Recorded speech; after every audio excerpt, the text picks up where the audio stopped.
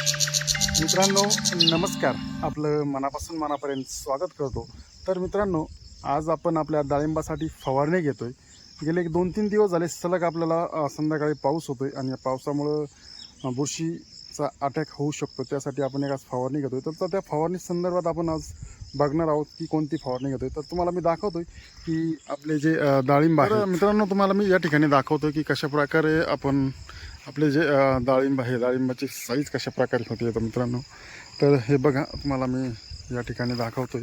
तर मित्रांनो, हे बघा, डाळिंबामध्ये जे काही आज हे गवत उगलंय, तण उगलंय, तर मित्रांनो हे आत्ता काढायला पाहिजे की नाही पाहिजे मित्रांनो, ते सजेशन मला कमेंटमध्ये द्या।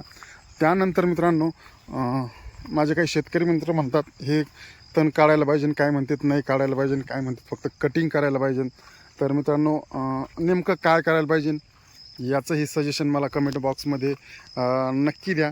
त्यानंतर डाळिंबाची साईज वाढावी, डाळिंबाची साईज व्हावी, त्यासाठी आपण ड्रीपमधून कोणते औषध सोडावे हेही मला सजेशन द्या मित्रांनो। तर बघा, तुम्ही बघू शकता की ह्या ठिकाणी हे बघा, अशा प्रकारे या ठिकाणी साईज आहे। आणि मित्रांनो, एक तुम्हाला विशेष सांगतो की आपल्या बागेमध्ये कुठल्याही प्रकारचे तेल्या हा आलेला नाही आहे। बऱ्याचशा मित्रांचा मला फोन आले की आमच्या बागेमध्ये तेल्याचा अटॅक झाला आहे, त्यासाठी काय करावं। परंतु बघा, आपल्या बागेमध्ये कोणत्याही प्रकारचे कुठेही एकही झाड किंवा एकही फळ तेल्याचं नाही आहे मित्रांनो या ठिकाणी। आणि मित्रांनो, या ठिकाणी आपण तुम्हाला सांगतो की आपण हा जो डाळिंबाचा प्लॉट आहे, हा डाळिंबाचा प्लॉट सुपर भगवा या जातीचा आहे मित्रांनो। आणि या जातीचे पुढच्या वर्षी जर आपल्या शेतकऱ्यांना रोपं पाहिजे नसेल तर नक्की भेटतील।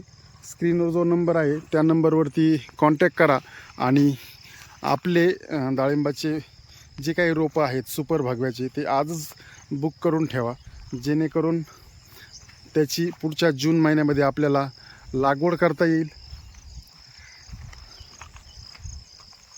आणि ते लागवड कशी करायची, काय नियोजन असतं, किती बाय किती तुम्ही या ठिकाणी झाडं लावू शकता, याचाही व्हिडिओ आपण पुढे देणार आहोत। चला मित्रांनो, बघूया आपण आज फवारणीसाठी कोणते औषध घेतोय ते। तर बघा, या ठिकाणी आपण ब्लोअर भरून घेतला आहे, ट्रॅक्टर जोडलेला आहे। तर तुम्हाला मी दाखवतो या ठिकाणी आपण कोणते औषध या ठिकाणी घेणार आहोत। तर मित्रांनो, प्रथमतः तुम्हाला मी दाखवतो की या ठिकाणी मर्जर आपण घेतलेलं आहे। हे जे मर्जर आहे हे अंतरप्रवाही आहे।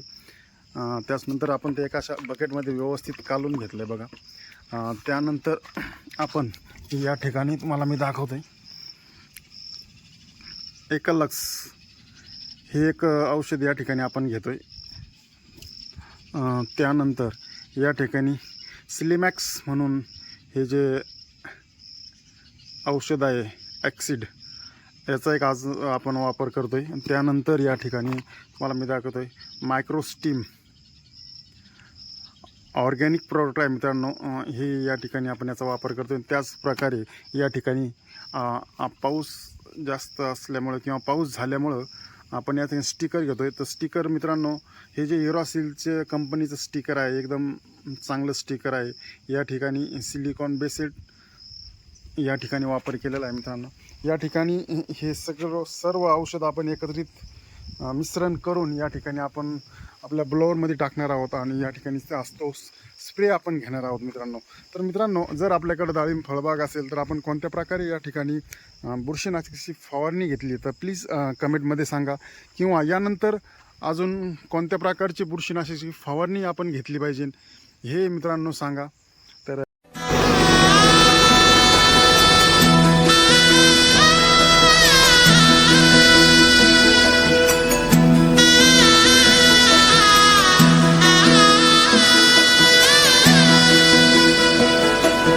होणारा होताला जाणारा जाताला मागे तू फिरून